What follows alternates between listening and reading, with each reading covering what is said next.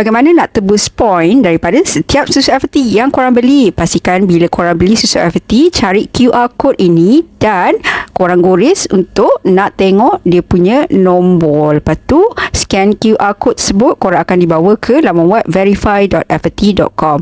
Okay, lepas tu korang klik join now, isikan semua maklumat yang diminta seperti nama, nombor IC, alamat dan sebagainya, dan jangan lupa masukkan nombor PIN kod yang korang gores dekat QR yang korang scan tadi tu. Okey, kemudian isi detail, tekan I agree term of service, lepas tu tekan butang submit tu, klik butang OK, kemudian lepas tu korang tekan butang done. Okay, and then korang boleh lihat berapa banyak poin yang korang dah berjaya tebus untuk setiap pembelian susu FT.